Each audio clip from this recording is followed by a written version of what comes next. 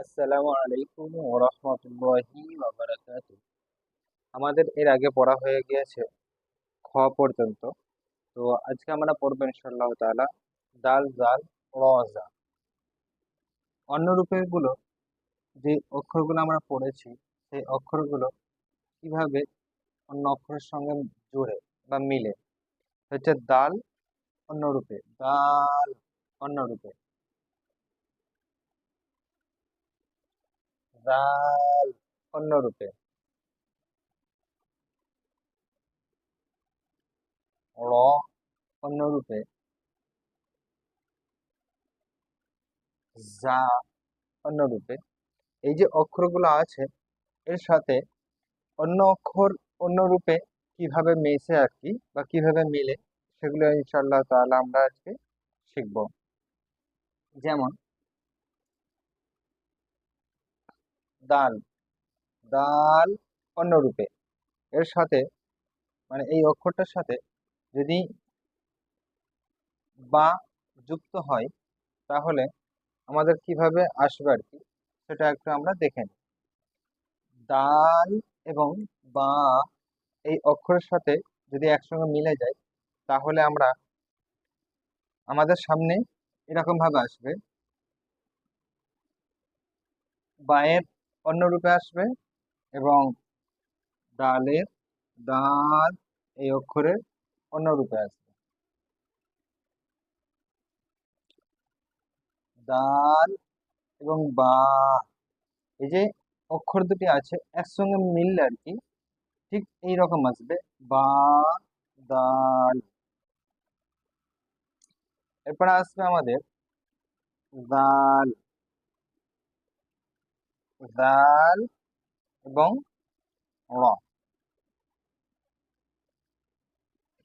এই দুটো একসঙ্গে যুক্ত হলে এরকম হবে। তো দুটো অক্ষর করে হয়ে গেল। এরপর আমরা শিখবো তিনটে অক্ষর কিভাবে যুক্ত হয়ে একসঙ্গে আসে। বা অন্য রূপে হয়ে গেল,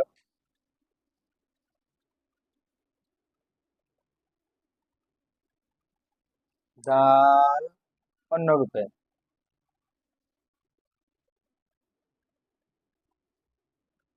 এরপরে আসবে নুন, এটাই আসল রূপেই।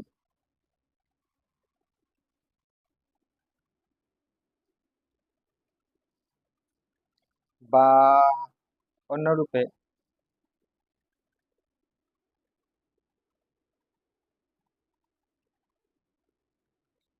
জাল অন্য রূপে,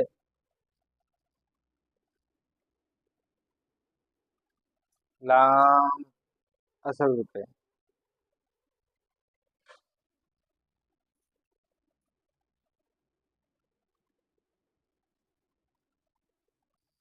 লাম অন্য রূপে, জাল অন্য রূপে।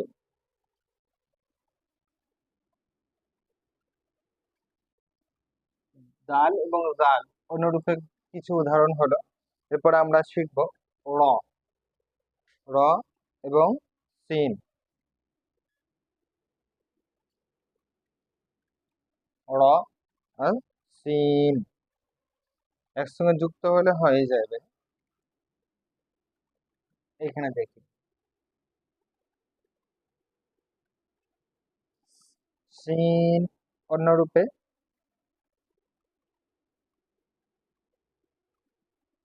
র অন্য রূপে। তো একবার ভালো করে দেখে নি।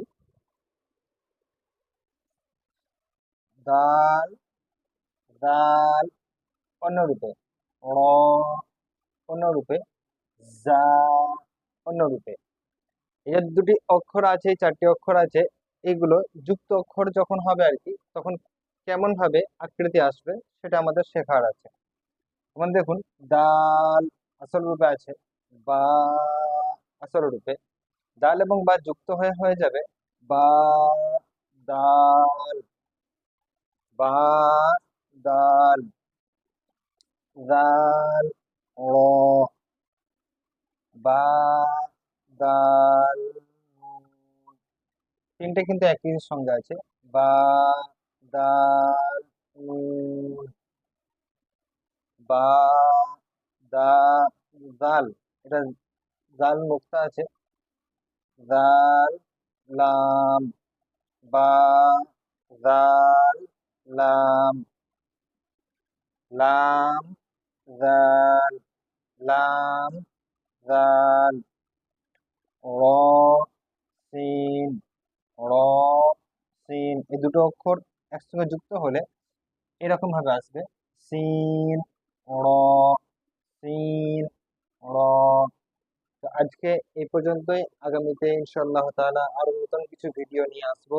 ততক্ষণ পর্যন্ত সঙ্গে থাকবেন, দোয়া করবেন।